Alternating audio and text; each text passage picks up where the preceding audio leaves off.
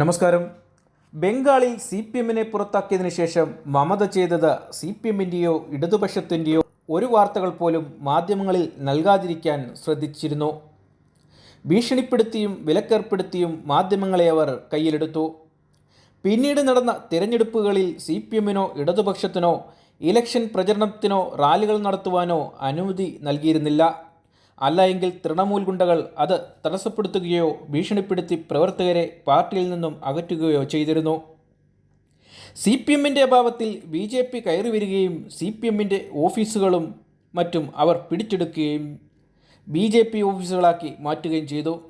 ഇത് തന്നെയാണ് തൃണമൂലും അവിടെ ചെയ്തുകൊണ്ടിരുന്നത്. തൃണമൂലിൻ്റെ അക്രമം സഹിക്കവയ്യാതെയാണ് പലരും പുതുതായി കടന്നുവന്ന BJP-യിലേക്ക് ചേക്കേറിയത്. എന്നാൽ 2019 നടന്ന ലോക്സഭാ തിരഞ്ഞെടുപ്പിലും 2021 നടന്ന നിയമസഭാ തിരഞ്ഞെടുപ്പിലും CPM ഇടതുകക്ഷികൾ കനത്ത തിരിച്ചടിയാണ് നേരിട്ടത്. ഒരു സീറ്റ് പോലും നേടാനാകാതെ വന്നപ്പോൾ പാർട്ടിയുടെ ഒരു തലമുറ മാറ്റമാണ് ബംഗാളിൽ നടന്നത്. 2021 നിയമസഭയിലെ തോൽവി CPM-ന് താങ്ങാവുന്നതിനും അപ്പുറമായിരുന്നു.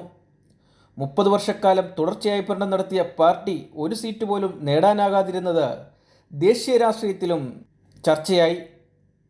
എന്നാൽ DYF-യുടെയും SF-യുടെയും നേതൃത്വത്തിൽ ബംഗാളിൽ വീണ്ടും ഇടതുപക്ഷത്തെ തിരികെ കൊണ്ടുവരുന്നതിനായി ശ്രമം തുടങ്ങി. മാധ്യമവിലക്ക് നേരിട്ടിരുന്ന ഇടതുപക്ഷം, പ്രത്യേകിച്ച് യുവാക്കൾ, ഭീഷണികളെ മറികടന്ന് ഗ്രാമങ്ങളിലേക്ക് ഇറങ്ങിച്ചെന്ന് ജനങ്ങളുടെ പ്രശ്നങ്ങളിൽ ഇടപെട്ടു തുടങ്ങി. അതോടൊപ്പം തന്നെ സോഷ്യൽ മീഡിയയും പാർട്ടി പ്രചരണത്തിനായി യുവാക്കൾ കൂടുതലായി ഉപയോഗിച്ചു തുടങ്ങി. ഇതിന് ചുക്കാൻ പിടിച്ചത് DYF നേതാവായ മീനാക്ഷി മുഖർജിയുടെ നേതൃത്വത്തിലാണ്. അവർക്ക് പിന്നിൽ ഒരു വലിയ യുവസേന തന്നെ അണിനിരന്നിരുന്നു. ഒരു വരുമാനവും ഇല്ലാതിരുന്ന പാർട്ടിയെ കഴിഞ്ഞ ജനുവരിയിൽ നടന്ന ഇൻസാഫ് റാലിയിലെ ജനലക്ഷങ്ങളെ പങ്കെടുപ്പിച്ചതും ഇതിനുവേണ്ട ചിലവ് നടത്തിയതും ദേശീയ ശ്രദ്ധ ആകർഷിച്ചിരുന്നു. ഓരോ കുടുംബത്തിൽ നിന്നും ₹1 ചലഞ്ച് നടത്തിയാണ് മീനാക്ഷിയുടെ നേതൃത്വത്തിൽ പണം പിരിച്ചത്.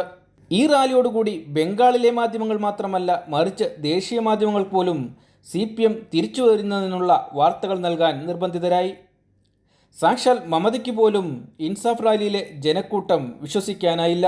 മുതിർന്ന നേതാക്കളായ ബിമൻ ബോസും പാർട്ടി സെക്രട്ടറിയായ മുഹമ്മദ് സലീമിൻ്റെ നേതൃത്വത്തിൽ യുവാക്കൾക്ക് വലിയ പിന്തുണയും നൽകിപ്പോന്നു. ഇൻസാഫ് റാലിയെ തുടർന്ന് CPM-ൻ്റെയും ഇടതുപക്ഷത്തിൻ്റെയും ഓരോ നീക്കങ്ങളും മാധ്യമങ്ങൾ നിരീക്ഷിക്കാനും തുടങ്ങി. അതോടൊപ്പം തന്നെ വീണ്ടും CPM-ൻ്റെയും ഇടതുപക്ഷത്തിൻ്റെയും വാർത്തകൾ നൽകാനും തുടങ്ങി.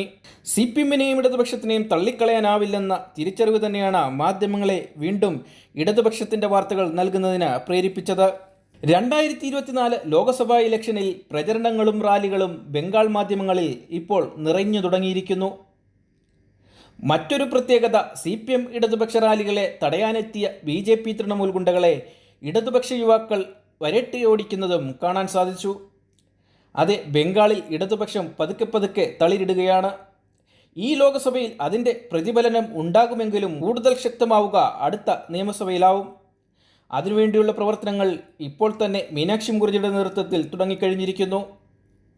ബംഗാളിലെ മാധ്യമങ്ങൾ ഇപ്പോൾ എല്ലാ ദിവസവും CPM-ൻ്റെ ഓരോ ചലനങ്ങളും മാധ്യമങ്ങളിൽ നൽകിയിട്ടുണ്ട്. ഇത് കൂടുതൽ പാർട്ടിക്ക് ജനങ്ങളിലേക്ക് ഇറങ്ങിച്ചെല്ലുവാൻ സഹായകവുമാവുന്നുണ്ട്. കഴിഞ്ഞ 20 വർഷക്കാലമായി പാർട്ടിയെ അടിച്ചമർത്തി വെച്ചിരുന്ന മാധ്യമങ്ങളും ഇപ്പോൾ സത്യം മനസ്സിലാക്കിയിരിക്കുന്നു. CPM-ൻ്റെയും ഇടതുപക്ഷത്തിൻ്റെയും തിരിച്ചുവരവ് അവർ അംഗീകരിച്ചിരിക്കുന്നു.